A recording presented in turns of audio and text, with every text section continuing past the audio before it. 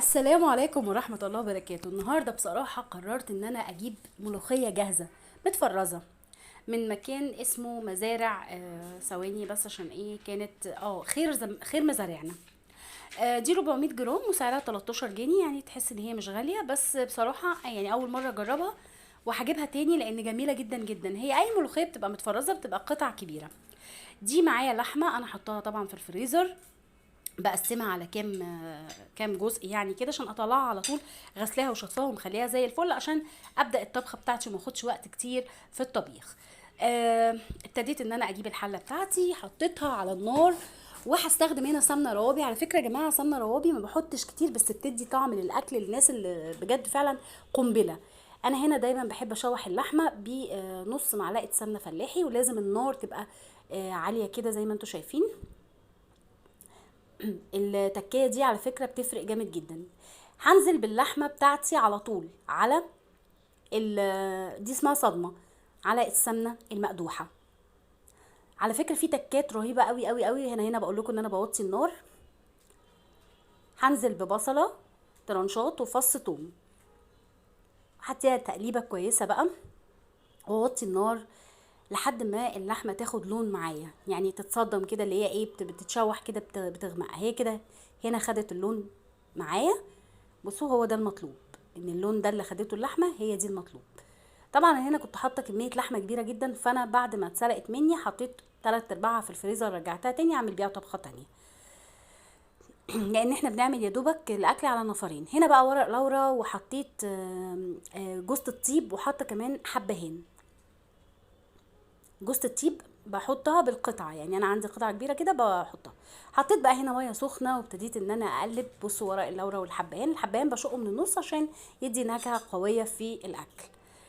هتغلي بقى معايا. عبال بقى ما تغلي اكون انا دخلت على الوصفه التانية اللي احنا هنعملها. هنا بقى ببهر. حطيت كمون، ذره كمون. دي بقى قسم البهارات، يعني ده وقت تبهير اللحمه او تبهير الشوربه. لو كان عندي جزر كنت احط، بس ما عنديش جزر. حطيت كزبره ناشفه، يبقى انا هنا حطيت كزبره ناشفه وحطيت كمون وحطيت ذره فلفل اسمر. في ناس مش بتحب تحط الفلفل الاسمر عشان بيغمق اللحمه، لا حطوه عادي. انا بصوا حطيت ايه يعني اتنين وما غمقش معايا اللحمه. اهم مكون بقى انا هنا بحب احطه اللي هو البهارات المشاوي. بهارات المشاوي دي انا ما بستغناش عنها خالص اطلاقا. بصوا اهي دي زي ما انا بقول لكم، هحطها. حطيت بتاع معلقه كبيره، اقلب واسيبها تغلي بقى مع نفسها. ليه ما حطيتش الملح؟ عشان الملح يا جماعه لو حطيناه هيعمل مشكله، مش هيسوي اللحمه، وانا عايزاها تستوي بسرعه. فوقفت الملح، ما حطيتهوش خالص. عبال بقى انتي ما تغلي مع نفسك. او انا بقول لكم هنا ان الملوخيه هبتدي اعملها. طيب دخلنا على الوصفه التانية. حطينا ربع كوبايه شعريه على سمنه، معلقه سمنه، نص معلقه سمنه بصراحه، ما حطيتش سمنه كتيره. وابتديت ان انا اشوح الشعريه. وهنا بقى كانت اللحمه بتغلي بقى معايا، كانت وصلت للقوام اللي انا عايزاه، بس هتاخد برضو تدي برضو مع نفسها. وكنت انا هنا قللت بقى اللحمه، وهنزل بالرز على طول مع الشعريه. انا الرز ده غسلاه وهديله تشويحه هو كمان مع الشعريه. على فكره ما بحبش اغمق الشعريه عشان بحبها تبقى فاتحه برضو في الاكل. بصوا هبتدي ان انا اديها كده تشويحه حلوه. بعد ما اديتها تشويحه هنزل عليها بشويه ميه عاديه.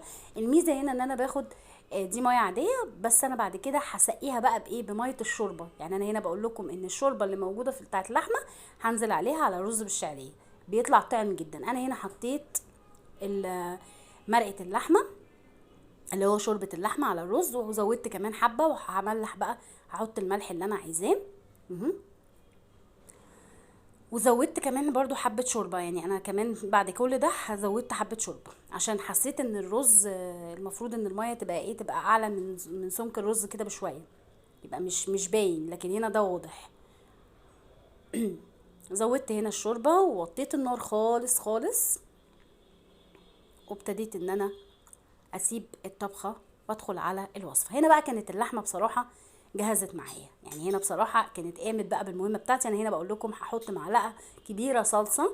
حطيت في الوصفه دي معلقه ونص صلصه، معلقه ونص صلصه. الصلصه على فكره انا جايباها جاهزه، والعلبه تقريبا ب 14 او ب 15 جنيه، بس طعمها حلو. ليه بنحط صلصه؟ الناس اللي بتحب الملوخيه تبقى حمرا. انا هنا حطيت معلقه ونص كبيره صلصه، ونزلت بكيس الملوخيه كله 400 جرام، نزلت بكيس الملوخيه كله. ابتديت ان انا اقلب. بصوا بقى، شايفين الجمال. هنا كانت الملوخيه بقى بجد فعلا بقول لكم تحفه وخضره. وهنا كان الرز والشعريه خلصوا، فاضل لي بس كانت اللي هي طشه الملوخيه. حطيت بقى هنا بقى معلقه سكر. الناس الحريفه بتوع الاكل هتحطي يعني ربع معلقه سكر او تلت معلقه سكر صغننه، بتدي للاكل قسما بالله سواء في الباميه او في الملوخيه طعامه ملهاش مثيل. هنا بقى التكات بجد بجد اللي بتفرق مع ست البيت. طاسه سخنه نار، هنزل عليها بمعلقه سمنه روابي برضو. انا حبيت روابي جدا على فكره. وهحط بقى بكمالة التقلية زيت. انا من الناس اللي بتحب تحط الزيت على السمنة في التقلية او في الفتة، في اي تقلية. هسيبها طبعا تتقدح، وهنزل عليها بالثوم والفلفل بتوعي. انا هنا ما كانش عندي فلفل اخضر، كان عندي فلفل احمر بس مش حامي قوي يعني. انا بحب ازود الثوم جدا في الملوخية. يعني انا هنا حاطة بتاع 7 فصوص ثوم. شايفين؟ بديله تشويحة الاول بسيطة، بعد كده بنزل عليه بقى بايه، معلقتين كبار كزبره ناشفه. انا هنا بقول لكم كزبره اهي، لان بحب بصراحه ياخد صدمه كده مع نفسه قبل ما ابدا بالتشويحه بتاعته. حطيت اهو معلقتين من الكزبره الناشفه، وهديها تقليبه كويسه جدا جدا. وما بحبش احرق التقليه، الناس اللي بتحرق التقليه ما بحبش احرقها. لازم ايدك تبقى في التقليه اول باول، لانها انا هنا بقول لكم الريحه لا يمكن ان تقاوم. الريحه من البدايه تحفه تحفه تحفه والله العظيم. طعمها اطعم ملوخيه دقتها. وهجيب على فكره من خير مزارعنا، هجيب للناس اللي بتحب تجيب الخضار المجفف، هجيب كتير منه. هنا بقى كان الرز بقى خلاص استوى، هطفي عليه. انا مش بعمل دعايه على الملوخيه، بس بجد فعلا والله العظيم تحفه. هنا بقى التقليه بتاعتي، بصوا مش عايزاها تغمق اكتر من كده، انا بحبها كده. يعني انا كده بالنسبه لي دي كده تمام. هاخدها وانزل بيها على الملوخيه. بسم الله الرحمن الرحيم. شهقة الاسكندرانيه. معرفتش اشهقها عشان كان في ناس عندي، فبشهقتها هنا، بس برضو طلعت تحفه تحفه تحفه. بقلب من هنا لهنا لهنا لهنا، وبكده هو ده الكلام. انا عايزه اقول لكم ان الريحه قسما بالله لو انتوا مكاني كنتوا يعني كنتوا شربتوا الحله وهي سخنه نار. ظبطنا دنيتنا وظبطنا ليلتنا وظبطنا البوتاجاز وغسلنا الحاجات البايظه، والبوتاجاز طبعا كان اتبهدل، وظبطناه وظبطنا الليله وكده. عملنا اجدع ملوخيه باللحمه. انا هنا بوريكم ان قطع اللحمه موجوده جوه. على فكره انا عجبتني جدا الملوخيه باللحمه احلى من الملوخيه بالفراخ. هنا بقى كانت دي جاهزه بقول لكم، وكان الرز بالشعريه كان جاهز. وعايزه اوريكم ان الرز قد ايه مفرفر، وكل حبايه منفصله عن التانيه. ما تنسوش تدعمونا باجمل لايك منكم بجد فعلا، وكومنت ظريف. السلام عليكم.